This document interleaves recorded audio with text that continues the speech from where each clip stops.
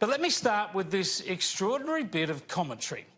You are about to hear from commentator, author, Walkley Award winner and ABC favourite Jane CARO. In fact, you just had a little snippet of her a moment ago when I was rudely interrupted.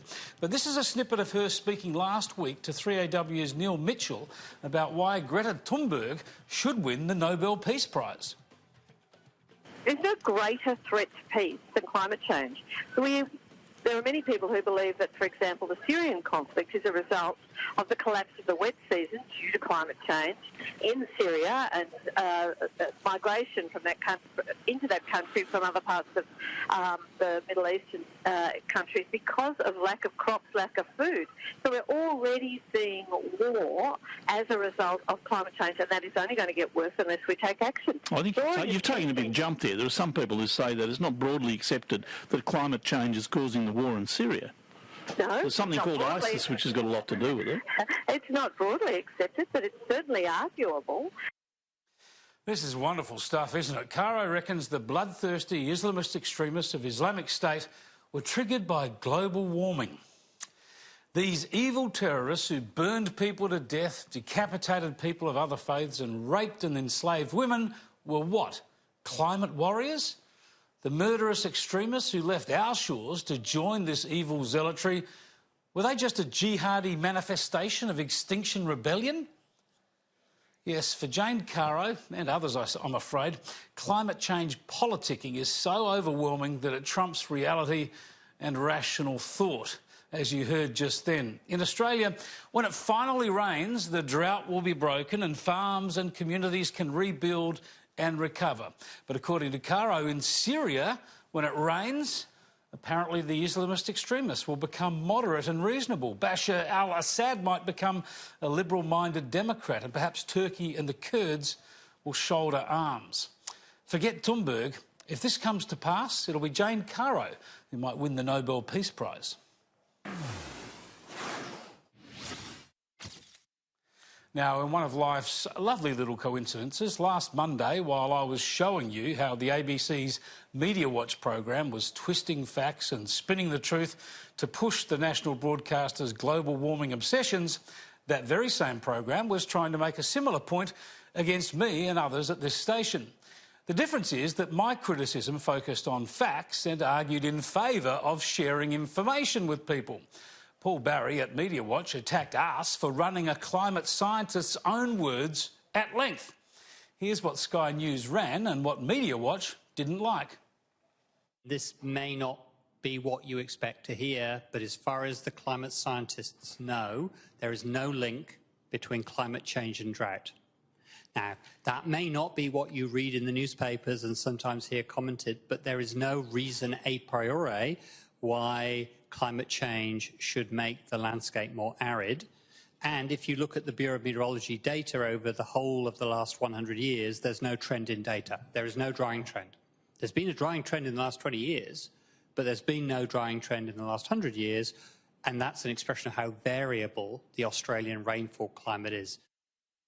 Now, Barry and the ABC apparently disagree with what Professor Andrew Pittman said. So, in an amazing demonstration of their ideological jaundice, they criticised me for running his assessment about drought and climate change. They could hardly challenge the climate scientist, so they found a way to fudge all of this and attack the media for running him.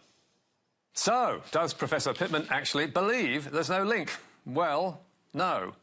Because last month, before Sky really piled on, a clarification was issued to say the professor had left out a crucial word. And he fully admits he should have said there is no direct link between climate change and drought. Yes, no direct link, but there's still a link, says Pittman, telling Media Watch. Do hotter temperatures lead directly to higher evaporation and a higher risk of drought? No. But does global warming lead to changes in rainfall patterns that can lead to drought? Yes. This indirect link is clear. And expanding on that link by telling us... In some regions, this increases the risk of drought. In other regions, it decreases the risk. The dissembling here is beyond belief. As you can see, they pretend that no direct link, a word inserted by someone else, is a big change from just no link. How very fair and balanced of the ABC. And they pretend that the possibility climate change might cause a drought somewhere, along with a flood elsewhere, is enough to link our drought to global warming. How dumb do these people think their viewers and taxpayers are? Of course, none of this changes Professor Pittman's considered view that there's no causal link between drought and climate change, in particular in Australia. All it shows us is that the ABC can contort itself any way it can. It will spin anything it can to stick with its climate alarmist narrative. Former ABC presenter, staff-elected board member, journalist union activist and occasional guest on this very program, Quentin Dempster, jumped onto Twitter after all of this, and he tweeted that Andrew Bolt, Alan Jones and me had been exposed, misrepresenting Pittman, and he dubbed our work pathetic distortions. This is a terrible slight, a malicious lie, not backed up by facts. It shows Dempster's zealotry and his inability to debate rationally. He ought to understand that running slabs of detailed comments from a professor, and asking him for an interview as well, by the way, is not misrepresenting someone. It's called reporting, sharing information. You know, like the ABC is supposed to do. In another tweet, Dempster called Jones, Bolt and me climate deniers.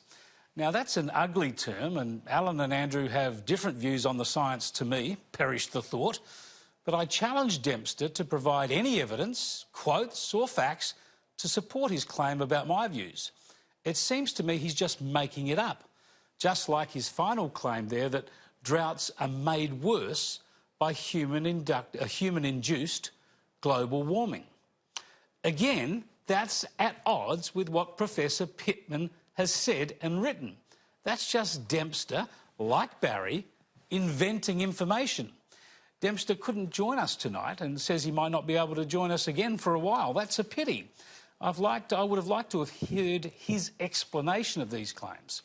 Never mind, Quentin, drop me a line any time with quotes or evidence supporting your claims of deception and misrepresentation. I'd really love to see it.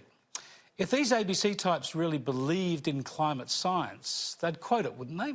They'd report it and discuss it, not make up stuff and spin it and try to qualify it and cherry-pick it and use taxpayers' resources to criticise people who do actually report it. But the national broadcaster is heavily invested in alarmism. Look at this promo. On Q&A, Future Alert. War, disease, food shortages and a poisoned environment. Serious threats to human survival. But is our political system capable of addressing them? Never mind the fact the world has never been more peaceful, prosperous and productive, nor that people have never lived longer or been better educated or had better health care. How about an ABC special, How Good is the World? We might be waiting on that one for a while.